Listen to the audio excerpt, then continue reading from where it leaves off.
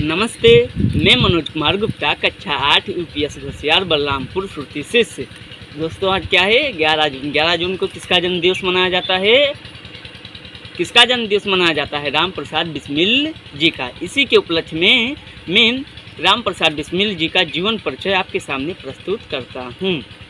राम प्रसाद बिस्मिल जी का जन्म उत्तर प्रदेश के शाहजहाँपुर जिले में हुआ था। इनके माता का नाम मूलमती था और पिता का नाम पंडित मूलधर था। ये 7 वर्ष की उम्र में ही इनके पिता ने इनके अध्ययन पर विशेष ध्यान दिया। उनकी शिक्षा पर ये उर्दू और हिंदी पढ़ना थोड़ा थोड़ा सीखने लगे थे और कक्षा 8 तक 1 से कक्षा 8 तक ये सभी कक्षाओं में अव्वल नंबर पाते थे, प्रथम नंबर लाते थे। लेकिन 8 के बाद कुसंगति के प्रभाव से ये 2 बार अंतरीण हो गए। इसके बाद फिर इन्होंने अंग्रेजी पढ़ने का निश्चय किया, जिससे इनके पिता खुश नहीं थे। लेकिन इनकी माता के बार बार समझाने पर पिताजी ने अंग्रेजी पढ़ने का भी निश्चय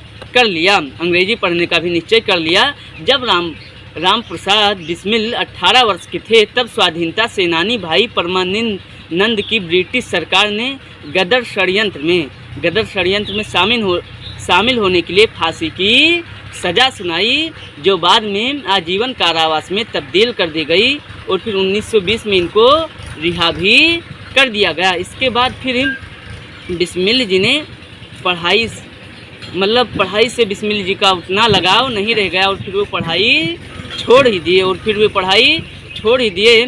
फिर बिस्मिल जी ने अंग्रेजी समाजवाद से लड़ने के लिए और देश को क्या कराने के लिए, स्वतंत्रता दिलवाने के लिए, आज़ाद कराने के लिए मातृदेवी नाम की एक क्रांतिकारी संगठन की स्थापना की और इसके लिए इन्होंने औरैया के गेंदालाल दीक्षित से मदद मांगी।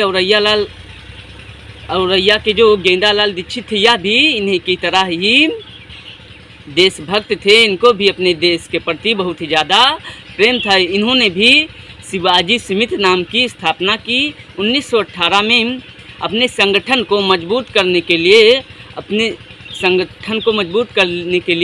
इन्होंने 3 बार डकैती डाली। कितनी बार डकैती डाली? 3 बार डकैती डाली। मतलब किसके लिए? अपने संगठन को मजबूत करने के लिए। फिर 1918 में कांग्रेस पुलिस उनके संगठन के दूसरे सदस्यों को प्रबंधित साहित्य बेचने पर छापा डाला और फिर छापा तो डाला परंतु बिस्मिल जी इस छापामार में भागने में सफल रहे। पुलिस से मुठभेड़ के बाद बिस्मिल जी यमुना में छलांग लगा दिए और तैरकर निकल गए, जिससे पुलिस इनको पकड़ नहीं पाई। फिर 1920 में इनकी मुलाकात लाला लाजपत राय से हुई। लाला लाजपत राय जी इनके पुस्तक से बहुत ही संतुष्ट हुए। पार्टी के कार्य हेतु धन आवश्यकता पूर्ण करने के लिए बिस्मिल जी ने सरकारी खजाना लूटने का प्लान बनाया। कौन सा खजाना लूटने का? सरकारी खजाना लूटने का प्लान बनाया और उनके नेतृत्व में कुल 10 लोग थे, जिनमें अशफाक उल्लाह खान और चंद्रशेखर आज़ाद, मुकंदी लाल आदि कुल मिलाकर 10 लोग थे। लखनऊ के पास काकोरी स्टेशन पर रोककर 9 अगस्त 1925 को सरकारी खजाना लूट लिया। फिर 26 सितंबर 1950 को बिस्मिल के साथ 40 लोग को काकोरी डकैती के मामले में गिरफ्तार कर लिया गया और इन्हें 19 दिसंबर 1927 को फांसी दे दी गई।